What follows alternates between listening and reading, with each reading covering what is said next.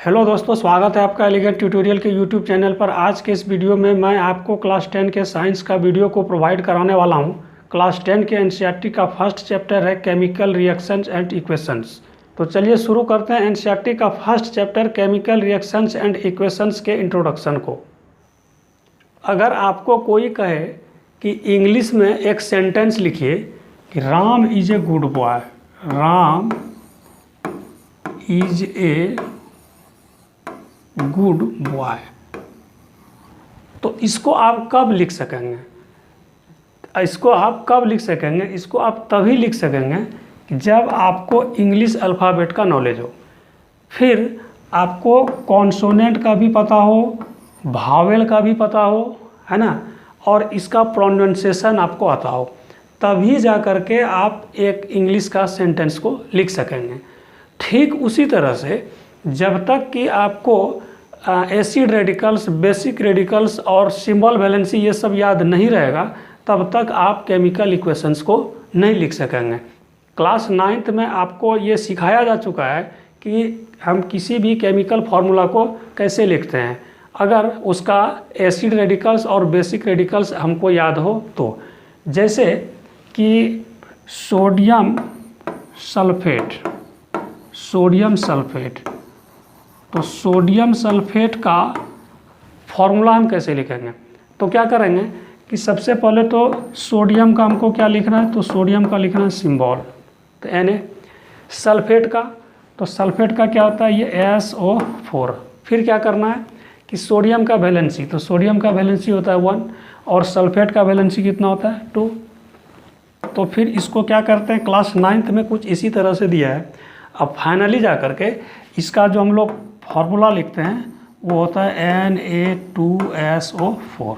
अब हमको जैसे कैल्शियम फॉस्फेट का लिखना है, तो कैल्शियम फॉस्फेट का कैसे लिखेंगे? तो कैल्शियम फॉस्फेट, कैल्शियम का होता है क्या चीज़, Ca, ठीक है, और फॉस्फेट का क्या होता है, फॉस्फेट का होता है PO4। तो कैल्शियम का वैलेंसी होता है 2 और फॉस्फेट का होता है 3। और हम इसको क्या करते हैं, इस तरह से एरो दे देते हैं। क्लास 9th के एनसीईआरटी में आप लोग इसी तरह से सीखे होंगे केमिकल फार्मूला को लिखने के लिए। तो क्या करते थे इसको, तो Ca3 और PO4 और ये होल 2, ये क्या हो गया आपका कैल्शियम फॉस्फेट। उसी तरह से जैसे एल्युमिनियम नाइट्राइड का अगर कहा जाए फार्मूला लिखने के लिए केमिकल फार्मूला, तो एल्युमिनियम नाइट्राइड, तो एल्युमिनियम का क्या होता है Al सिंबल, ठीक है। नाइट्राइड का क्या होता है, तो नाइट्राइड का होता है N। अब क्या करना है, तो इसका वैलेंसी को लिखना है। तो एल्युमिनियम का वैलेंसी कितना 3 और नाइट्राइड इसका भी कितना होता है 3। तो अब यहाँ पर क्या ये दोनों सेम है, ठीक है। तो इस केस में इसका जो फार्मूला होगा वो हो जाएगा AlN, यानी कि एल्युमिनियम नाइट्राइड का फार्मूला हो गया AlN। तो इसी तरह से और भी बहुत सारे फार्मूला को आप लोग जानते होंगे। क्लास 9th में आप पढ़े ही होंगे केमिकल चेंज, फिजिकल चेंज। तो यहाँ पर थोड़ा सा रिवीजन कर देते हैं ताकि इससे केमिकल इक्वेशंस का नेचर क्या होता है वो पता चल जाएगा। तो यहाँ पर जैसे कि क्या है, ये आइस है, ठीक है, और ये क्या है, बर्निंग ऑफ पेपर। तो आइस को अगर हम मिल्ट कर दें तो क्या होगा, तो आइस को मिल्ट करेंगे तो वाटर फॉर्म होगा, ठीक है, और वाटर को अगर फ्रीज कर दें तो फिर से क्या आएगा, तो ये आइस। तो यहाँ पर क्या देख रहे हैं कि न्यू सब्सटेंस का फॉर्मेशन यहाँ पर नहीं होता है। मीन्स जो H2O है वो फिर क्या हो गया, ये आइस बन गया और आइस को मिल्ट कर दिए तो फिर से ये H2O, न्यू सब्सटेंस का फॉर्मेशन इस केस में नहीं हुआ।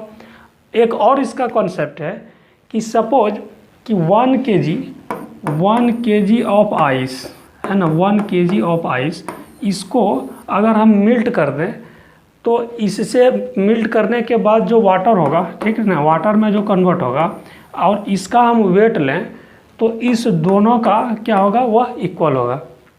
जबकि केमिकल चेंज में ऐसा नहीं होता है। सपोज कि आप 5 kg पेपर को आप बर्न कर दीजिए, जला दीजिए, उसका जो एस बचेगा, मीन्स उसका जो राख बचेगा, क्या वो 5 kg होगा? नहीं होगा। तो यहाँ पर क्या होगा कि इसमें जो है मास जो है वो घट जाता है। केमिकल चेंज में मास घट जाता है, जबकि फिजिकल चेंज में क्या होता है कि इक्वल रहता है। और केमिकल चेंज में मेन क्या होता है कि इसमें न्यू सब्सटेंस का फॉर्मेशन होता है। अब जैसे कि सपोज यहाँ पर हम H2 लें और ये O2 लें, ठीक है, हाइड्रोजन और ऑक्सीजन, और इसको रिएक्शन करा दें तो क्या होगा H2O, ठीक है। अब ये बैलेंस करेंगे इसको, तो बैलेंस करने से क्या हो गया यहाँ पर, ठीक है, ये 2H2 + O2 gives us 2H2O। ये केमिकल इक्वेशंस का जब इसका डिफिनेशन बताएंगे तो फिर उस समय बैलेंसिंग भी बताएंगे इसमें। तो मेनली यहाँ पर ये देख रहे हैं कि फिजिकल चेंज में क्या होता है, फिजिकल चेंज में सब्सटेंस न्यू फॉर्म नहीं होता है, जबकि केमिकल चेंज में न्यू सब्सटेंस का फॉर्मेशन होता है। सेकंड कि इसमें मास जो है वो चेंज नहीं होता है, मीन्स 1 kg अगर वाटर है तो 1 kg आइस होगा अगर इसको हम मिल्ट कर दें। जबकि केमिकल चेंज में क्या होगा, केमिकल चेंज में मास इसका डिक्रीज कर जाएगा। जैसे कि पेपर का एग्जांपल दिए कि 5 kg पेपर है, उसको हम जला देंगे तो उसका एस जो है, जो राख होगा वो 5 kg तो कभी भी नहीं होगा। इस तरह से हम कह सकते हैं कि जैसे बर्निंग ऑफ पेपर ये हो गया केमिकल चेंज, क्योंकि इसके जलने से क्या हुआ कि कोई भी चीज़ जब जलती है तो उसमें क्या चाहिए, ऑक्सीजन का प्रेजेंटेशन होना ज़रूरी है। विदाउट ऑक्सीजन कोई भी चीज़ जलने को सक्षम नहीं है, तो वो क्या होगा कि वो जलने लगा, ठीक है। और जलने के दौरान जब जल गया ये, तो क्या हो गया कि ये राख बन गया, ठीक है। और इसके पहले क्या था, वो पेपर था, तो पेपर से कन्वर्ट हो गया किस में, राख में। तो हम इसको क्या कहेंगे कि ये केमिकल चेंज इसमें हुआ। कुछ हम लोग फिजिकल चेंज और केमिकल चेंज के एग्जाम्पल को देखते हैं। तो ये क्या है, आइस, तो फिजिकल चेंज है, इसके बारे में अभी जिक्र कर चुके। फिर है या मिल्टिंग ऑफ आइस, सॉरी यहाँ पे ई होगा। और ये क्या है, rusting of iron, means iron को अगर आप एक्सपोज्ड एयर में छोड़ दीजिएगा, ठीक है, तो उसमें क्या होगा कि उसके ऊपर रस्ट हो जाएगा, रस्ट लग जाएगा, मीन्स क्या, जंग लग जाएगी उस पर। तो जंग जो लगेगा उस पर तो क्या होगा, जंग का कलर होता है ब्राउन कलर का, ठीक है। और उसके ऊपर ऑक्साइड का, हाइड्रेटेड ऑक्साइड का एक लेयर चढ़ जाता है। और इसके बारे में कॉम्पिटिटिव एग्जाम में भी पूछा जाता है कि लोहे में जंग लगने से क्या होता है, तो लोहा का भार क्या होगा, उसका बढ़ जाए। बर्निंग ऑफ कैंडल, ये आपका फिजिकल चेंज और केमिकल चेंज ये दोनों साथ साथ होता है। क्यों होता है साथ साथ, क्योंकि ये जो कैंडल है ये पैराफिन वैक्स से मिलकर के बना होता है, ठीक है। तो पैराफिन वैक्स जो है वह एक हाइड्रोकार्बन है ना, क्या है ये, हाइड्रोकार्बन। हाइड्रोकार्बन किसको कहेंगे कि वैसा कंपाउंड जो हाइड्रोजन से और कार्बन से मिलकर के बना हो। बहुत सारा हाइड्रोकार्बन का एग्जांपल्स है। अब जैसे कि हम लोग जो यूज करते हैं एलपीजी सिलेंडर में, है ना, तो उसमें क्या है, उसमें भी हाइड्रोकार्बन है। उसमें जैसे आपका मीथेन है ना, मीथेन, इथेन, प्रोपेन, ब्यूटेन, है ना, ये वो सारा क्या हाइड्रोकार्बन है। ये हाइड्रोकार्बन इसलिए क्योंकि कार्बन और हाइड्रोजन है। अब जैसे एसिटिलीन, ये भी होता है इसका क्या, C2H2, तो ये भी हाइड्रोकार्बन है। फिर जैसे बेंजीन C6H6, ये क्या होता है, ये भी हाइड्रोकार्बन है, ठीक है। तो यहाँ पर क्या है कि ये जो कैंडल है, तो कैंडल में क्या है, एक तो धागा है, ठीक है, और पैराफिन वैक्स है जो कि ये हाइड्रोकार्बन है। और क्या ये कि जब हम इसमें आग पकड़ाते हैं तो आग पकड़ाने के दौरान क्या होता है कि ये मिल्ट होता है। क्या चीज़ मिल्ट होता है, तो ये वैक्स जो है इसका मिल्ट होता है। तो जब ये मिल्ट हुआ तो उस समय क्या हो गया, ये फिजिकल चेंज, ठीक है। और चूंकि ये जल रहा है ना, पैराफिन वैक्स जो वो वेपर के रूप में वो ऊपर की ओर बढ़ रहा है, जल रहा है, ठीक है। तो वो जो चेंज होगा तो वह चेंज होगा इसका कौन सा चेंज, केमिकल चेंज। तो बर्निंग ऑफ कैंडल ये physical change and chemical change का ये दी बेस्ट एग्जांपल है। तो इस तरह से आप देखें कि ये रैपनिंग ऑफ फ्रूट्स जो वो केमिकल चेंज हुआ, फिजिकल चेंज हुआ, मेल्टिंग ऑफ आइस, सॉरी यहाँ पे ई होगा, है ना, MILTING नहीं MELTING। और ये रस्टिंग ऑफ आयरन आपका केमिकल चेंज हुआ। जबकि बर्निंग ऑफ कैंडल जो वो आपका फिजिकल चेंज भी है और केमिकल चेंज भी है। तो फिजिकल चेंज में होता क्या है, जैसे कि ये आपका क्या, आइस, और ये है वाटर, ये है आइस और ये है वाटर। तो आइस को हम मिल्ट कर देंगे तो क्या हो जाएगा, वाटर। और वाटर को फ्रीज कर देंगे तो क्या हो जाएगा, आइस। तो इसमें यहाँ पर क्या है कि no new substance form. Physical change में न्यू सब्सटेंस का फॉर्मेशन नहीं होता है। इसमें भी आपका वाटर का मॉलिक्यूल्स है और इसमें भी वाटर चूँकि है तो इसमें मॉलिक्यूल्स है ही, है ना। इस दोनों में सेम मॉलिक्यूल्स है, मीन्स यहाँ पर जो है कि नो न्यू सब्सटेंस फॉर्म, किसी भी तरह का न्यू सब्सटेंस का फॉर्मेशन यहाँ पर नहीं हुआ। फिर है कि मास डज नॉट चेंज। इसका मतलब क्या कि सपोज कि 1 kg हम ले लें यहाँ पर आइस, ठीक है, और इसको हम मिल्ट कर दें तो मिल्ट करेंगे तो क्या होगा, वाटर के फॉर्म में आएगा ये, है ना, वाटर। अब इस वाटर का हम वेट करें तो इसका जितना वेट होगा, इसका तो चूँकि 1 kg लिए ही हैं, और इस वाटर का भी जो होगा वेट वो कितना होगा, 1 kg। मीन्स फिजिकल चेंज में, है ना, मास डज नॉट चेंज, मास जो है कभी भी चेंज नहीं करता है।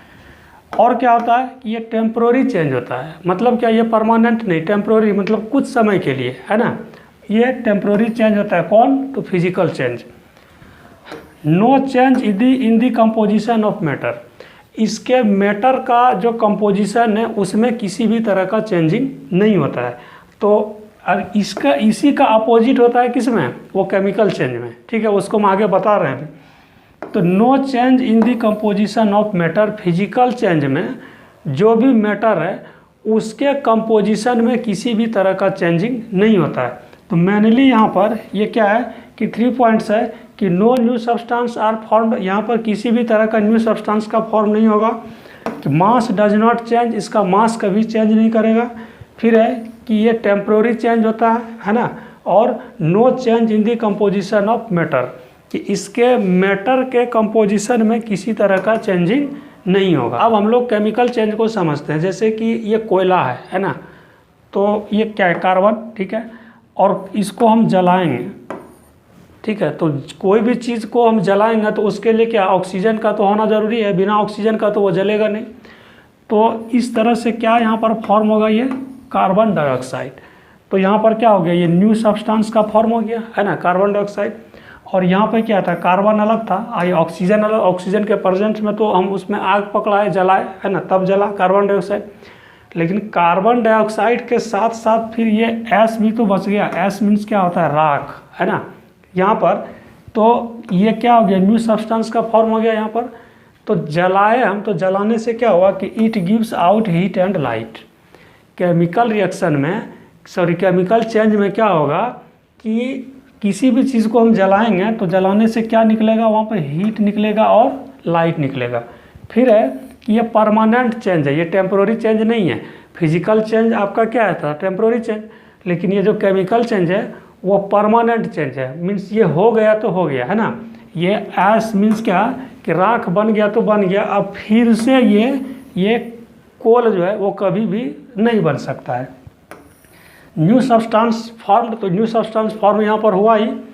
फिर है कि चेंज इन दी मास, हाँ ये यहाँ पर इम्पोर्टेंट है कि चेंज इन दी मास। वो कैसे, सपोज कि हम 5 kg कोल को हम बर्न कर दिए, मतलब जला दिए।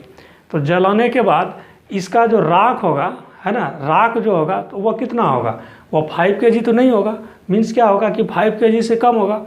तो केमिकल चेंज में क्या होता है कि मास जो है वो डिक्रीज करता है, और फिजिकल चेंज में क्या होता है कि मास इक्वल होता है। तो केमिकल रिएक्शंस हम लोग कहेंगे किसको, कि केमिकल रिएक्शंस, है ना। Chemical reactions is a process. Chemical reaction क्या है, एक तरह का प्रोसेस है इन which one or more substances, one मतलब एक या फिर एक से अधिक, है ना, the reactants are converted into one or more different substances.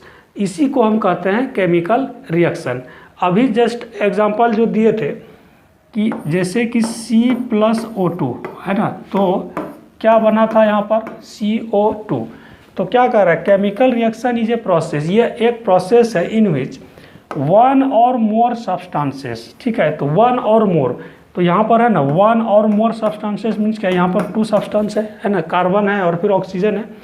The reactants are converted, तो ये रिएक्टेंट्स है ना। ये केमिकल इक्वेशन का जो लेफ्ट साइड होता है ना, इसको हम क्या बोलते हैं, इसको बोलते हैं रिएक्टेंट्स, और जो राइट साइड होता है इसको बोलते हैं प्रोडक्ट। तो द रिएक्टेंट्स आर कन्वर्टेड, ये जो रिएक्टेंट्स है जो लेफ्ट साइड में है ये कन्वर्ट कर गया किस में, one or more different substances. तो यहाँ पर तो वन सब्सटेंस में ये कन्वर्ट किया, ठीक है। अब एक एग्जांपल देते हैं जिसमें कि डिफरेंट सब्सटेंसेस का यहाँ पर कन्वर्ट होता हो। जैसे कि हम यहाँ पर एक एग्जांपल दें कि CaCO3, मतलब क्या कि कैल्शियम कार्बोनेट है ये, इसको हम डिकम्पोज करेंगे तो ये CaO मीन्स कैल्शियम ऑक्साइड, और ये कार्बन डाइऑक्साइड में ये क्या होगा, ये ब्रेक हो जाएगा, ये टूट जाएगा। तो यहाँ पर आप देखिए तो क्या कहता है कि chemical reaction is a process in which one or more substances. तो यहाँ पर ये रिएक्टेंट्स 1 है CaCO3, तो 1 रिएक्टेंट्स है, और प्रोडक्ट जो है यहाँ पे 2 प्रोडक्ट हो गया। तो यहाँ भी कह रहे हैं कन्वर्टेड इनटू 1 और मोर डिफरेंट सब्सटेंसेस। तो यहाँ पर 2 प्रोडक्ट हो गया, और यहाँ पर क्या है, यहाँ पर 1 प्रोडक्ट है। यहाँ रिएक्टेंट्स 2 है, यहाँ पर प्रोडक्ट 2 है ना। इसी का जस्ट उल्टा, तो इसी को हम क्या कहेंगे, chemical reaction. Points to be cover in this chapter कि केमिकल इक्वेशन, केमिकल इक्वेशन किसको कहते हैं, केमिकल इक्वेशन को हम कैसे लिख सकते हैं, ठीक है। फिर है कि केमिकल रिएक्शन, केमिकल रिएक्शन होता क्यों है, केमिकल रिएक्शन कैसे होता है, तो इसमें जिक्र होगा। फिर कि केमिकल इक्वेशन और केमिकल रिएक्शन में डिफरेंस क्या है। नेक्स्ट है आपका कि बैलेंसिंग द केमिकल इक्वेशन, कि केमिकल इक्वेशन को हम बैलेंस कैसे करेंगे, है ना। बैलेंस करने का कौन सा स्पेसिफिक इसका कोई मेथड नहीं है, लेकिन फिर भी इसका जो तरीका है, एक शॉर्टकट मेथड, उसको हम बता देंगे कि कैसे केमिकल इक्वेशन को बैलेंस किया जाता है। फिर है टाइप्स ऑफ केमिकल इक्वेशन, कि केमिकल इक्वेशन कितने तरह का होता है, और उसको हम पहचानेंगे कैसे कि कौन सा डबल डिकम्पोजिशन है, कौन सा डिस्प्लेसमेंट रिएक्शन है ना। तो केमिकल इक्वेशन को देख करके ही ये पता लगाने लगिएगा कि ये डिस्प्लेसमेंट रिएक्शन है, ये डबल डिस्प्लेसमेंट रिएक्शन है, ये डिकम्पोजिशन रिएक्शन है, ठीक है। फिर है कि कोरोजन, रस्टिंग, है ना। तो आयरन आर्टिकल्स पर रस्टिंग होता है, लगता है, कोरोजन होता है, तो इसके बारे में भी हम लोग चर्चा करेंगे। और ये भी चर्चा करेंगे कि आयरन आर्टिकल्स को रस्टिंग से प्रिवेंट करने के लिए क्या कर सकते हैं। और फिर है ये रेंसिडिटी। इसके बाद हम लोग क्या करेंगे कि इस पर जो क्वेश्चन आंसर है, जो एक्सरसाइज में है, जो इनसाइड है ना, उसके क्वेश्चन आंसर का सॉल्यूशन करेंगे। और टॉपिक के अंदर से जो MCQ होगा, फिल इन द ब्लैंक्स होगा, उन सभी क्वेश्चंस को बारी बारी से देखेंगे और सॉल्व करते चले जाएंगे। तो ये था केमिकल रिएक्शंस एंड इक्वेशन का इंट्रोडक्शन। तो मिलते हैं नेक्स्ट वीडियो में। आपको यह वीडियो कैसा लगा, अगर अच्छा लगा तो कृपया लाइक, सब्सक्राइब और कमेंट जरूर करें। धन्यवाद।